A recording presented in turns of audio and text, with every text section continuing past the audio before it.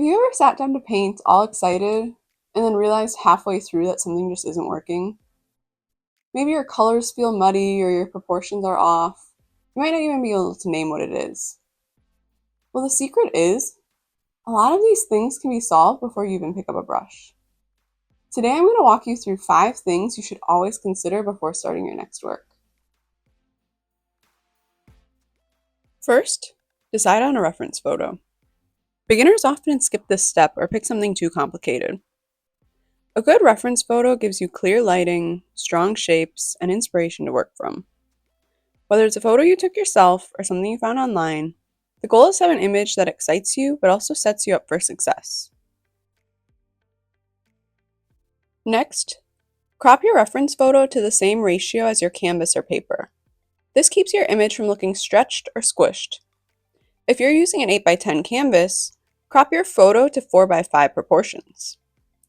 Free tools like Canva, your own phone editor, or Photoshop make this super easy. It seems like a small step, but it saves you from awkward white space or last-minute redrawing.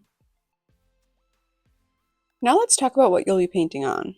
Start by picking your medium: oil, acrylic, pen, pencil. Each one has its own strengths. Since this channel focuses on acrylics, I'll be using that as my main example.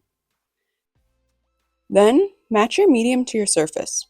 Paper is a lightweight and portable option. I personally love watercolor paper with acrylics. It's thick enough to handle paint and easy to travel with.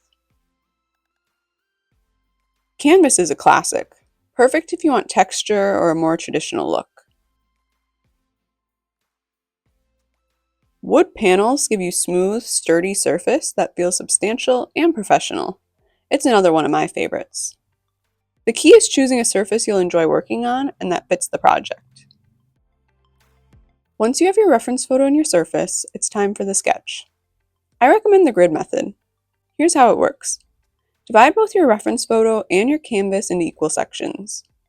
I often divide mine into thirds, but you can go further if you want more accuracy. Then, use the cross points and ratios as anchor points. This helps you maintain proportions and keeps everything in the right place.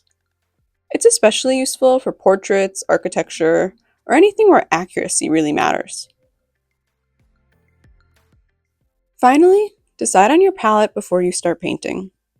Limiting your colors can actually make your painting stronger.